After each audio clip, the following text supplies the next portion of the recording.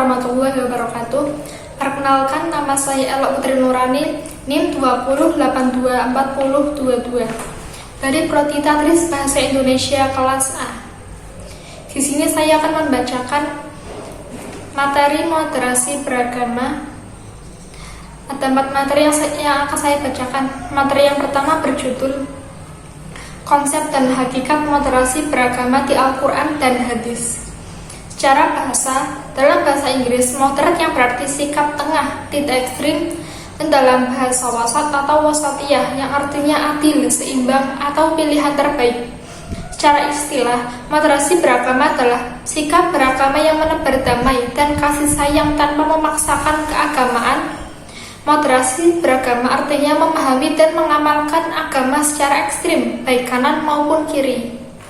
Moderasi beragama dalam Al-Quran.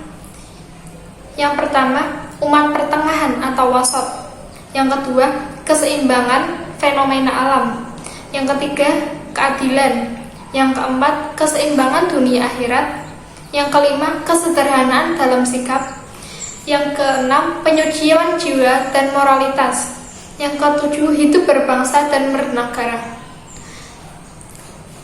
Selanjutnya, moderasi beragama dalam hadis. Yang pertama, hadis riwayat Bukhari. Amal tidak menyelamatkan kecuali dengan rahmat Allah. Jangan berlebihan dalam beramal. Yang kedua, hadis riwayat Ahmad, Baihaqi, Al-Hakim. Nabi menekankan pentingnya mengikuti petunjuk yang pertengahan. Yang ketiga, hadis riwayat Muslim. Sholat dan khutbah Nabi bersifat pertengahan, atau tidak terlalu panjang atau pendek. Yang keempat, hadis riwayat Nasai atau dan Ibnu Majah. Umat terdahulu binasa karena sikap ekstrem dan beragama. Yang kelima, hadis riwayat Muslim. Rasulullah SAW bersabda, binasalah orang-orang yang melampaui batas. Beliau mengulangnya selama 3 kali. Wasatiyah dalam Al-Quran dan hadis. Secara bahasa, wasatiyah berasal dari kata wasato, yang berarti tengah-tengah, adil, pilihan, dan seimbang. Dalam kitab Mu'jam Al-Wasit, wasatiyah bermakna adil atau adulan dan terbaik atau khiyaran. Menurut Quraisy Shihab, wasatiyah adalah posisi tengah antara 2 ekstrim, seperti dermawan antara boros dan kikir. Makna dan implikasi, wasatiyah mencakup istiqomah atau lurus, yaitu berpikir dan bertindak lurus. Bermakna kebaikan, pilihan terbaik, dan tidak berlebihan maupun meremehkan dalam beragama. Berlaku pada individu atau wasatiyatul fard dan umat wasatiyatul ummah, mencerminkan keadilan, kedamaian, dan keseimbangan. Dalil Al-Quran. Yang pertama, surat Al-Baqarah ayat 143, umat Islam disebut umat wasat atau adil dan pilihan. Yang kedua, Quran surat Al-An'am ayat 153, Allah memerintahkan mengikuti jalan yang lurus dan melarang mengikuti jalan-jalan yang menyimpang. Selanjutnya, dalil hadis. Yang pertama, hadis riwayat Bukhari dan Muslim. Nabi melarang sahabat Utsman bin Mas'ud membujang demi ibadah, menunjukkan pentingnya keseimbangan antara dunia dan akhirat. Kedua, hadis riwayat Nasai, larangan bersikap ekstrim dalam beragama karena umat sebelumnya binasa karena sikap tersebut. Yang ketiga, hadis riwayat Bukhari, agama itu mudah, jangan mempersulit agama, bersikap lurus dan mendekati kesempurnaan secara bertahan. Selanjutnya, aktualisasi dan kendala penamaan konsep moderat dalam Islam. Yang pertama, dalam bidang akidah, Islam mengajarkan keyakinan yang seimbang. Selanjutnya, bidang metode atau manhaj berpikir, Islam menyeimbangkan antara nalar dan wahyu. Yang ketiga, bidang ibadah, Islam mengatur ibadah sesuai fitrah manusia. Yang keempat, bidang syariat dan hukum, syariat Islam memiliki sisi ilahiyah dan insaniyah. Yang kelima, bidang muamalah, Islam menekankan transaksi ekonomi yang adil dan menghindari riba. Yang keenam, bidang politik atau siasat dan syariah. Konsep politik Islam muncul dari praktik Nabi dan sahabat. Yang ketujuh, moderat dalam pembaharuan dan ijtihad. Islam mendorong pembaharuan atau tajdid yang bersumber dari khazanah lama. Yang kedelapan, Bidang akhlak dan perilaku, Islam memandang manusia sebagai makhluk yang memiliki potensi lebih buruk. Selanjutnya, kendala-kendala penamaan konsep Islam moderat. Yang pertama, kebutuhan atau al-jahal. Yang kedua, fanatisme, golongan atau ta'assub. Yang ketiga, sikap berlebihan. Selanjutnya, materi yang kedua berjudul Moderasi Karakter Asli Agama Islam. Menurut pendapat Rektor UIN Sunan Gunung Jati tentang simbol agama dalam sebuah artikel Haqdoswell, Rektor Sunan Gunung Jati tidak setuju dengan pandangan Haqdoswell yang menganggap simbol agama besar mengandung unsur kebrutalan karena berasal dari masa lalu yang keras. Ia menekankan bahwa simbol agama tidak dipaksakan karena publik tanpa memperhatikan konteks sosial dan situasional. Selanjutnya, menciptakan moderasi yang terpadu. Gagasan moderasi beragama yang dirumuskan oleh Kementerian Agama pada tahun 2019 menekankan prinsip adil dan seimbang dalam memandang konsep-konsep berpasangan dalam agama seperti akal dan wahyu, hak dan kewajiban, serta kepentingan individu dan komunal.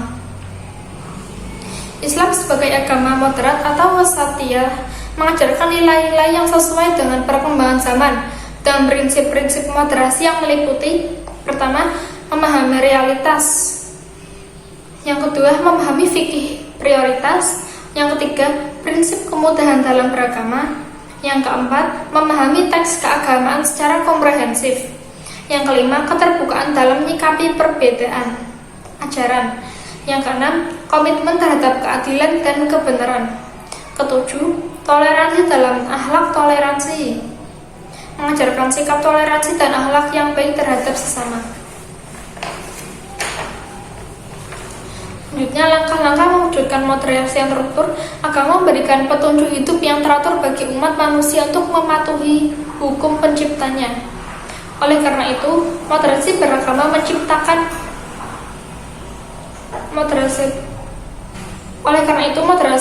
menjadi penting untuk menjaga tujuan agama tetap terjaga tanpa terjebak dalam perbedaan yang dapat menyebabkan perselisihan. Prinsip-prinsip moderasi. Yang pertama, tawasud atau tidak berlebihan. Kedua, tawazun atau keseimbangan. Ketiga, i'tidal atau menempatkan sesuatu pada tempatnya. Yang keempat, tasamuh atau toleransi. Yang kelima, musawah atau egaliter. Yang keenam, syura atau musyawarah. Yang ketujuh, islah atau reformasi. Yang kedelapan, aulawiyah atau mendahulukan prioritas. Yang kesembilan, tatawur wa ibtikar atau dinamis dan inovatif. Yang kesepuluh, tahadur atau berkeadaban. Dan yang ke-11, wataniyah wa muwattanah atau penerimaan eksistensi negara. Materi selanjutnya berjudul Membangun Toleransi. Toleransi sebagai nilai fundamental dalam kehidupan berbangsa. Toleransi berasal dari bahasa Latin tolere yang berarti menanggung, menopang, atau bersabar. Toleransi adalah prinsip penting dalam kehidupan berbangsa agar masyarakat bisa hidup damai di tengah perbedaan agama, budaya, dan politik. Dalam era globalisasi, toleransi penting untuk mencegah konflik dan membangun perdamaian. Fundamentalisme adalah pemahaman keagamaan yang ingin kembali ke ajaran dasar secara kaku, sering menolak modernitas dan pluralisme. Toleransi mendukung moderasi beragama, yaitu sikap beragama yang seimbang, tidak ekstrim, dan inklusif. Dalam Islam, konsep ini dikenal dengan wasatiyah atau jalan tengah. Menurut Kementerian Agama Indonesia, ada 3 pilar utama dalam moderasi beragama. Yang pertama, komitmen kebangsaan. Yang kedua, anti kekerasan. Dan yang ketiga, penerimaan terhadap tradisi lokal. Toleransi penting untuk demokrasi yang inklusif dan damai. 2 bentuk toleransi menurut Reinhard Faust. Yang pertama, permission compaction. Toleransi dari negara bersifat terbatas. Yang kedua, respect conception atau toleransi dari kesadaran masyarakat. Yang ketiga, demokrasi tanpa toleransi, itu Otoritarisme. Intoleransi mudah muncul karena faktor politik, ideologi, dan minimnya pemahaman keberagaman. NU sebagai organisasi Islam terbesar di Indonesia memiliki peran penting dalam menjaga toleransi dan persatuan bangsa.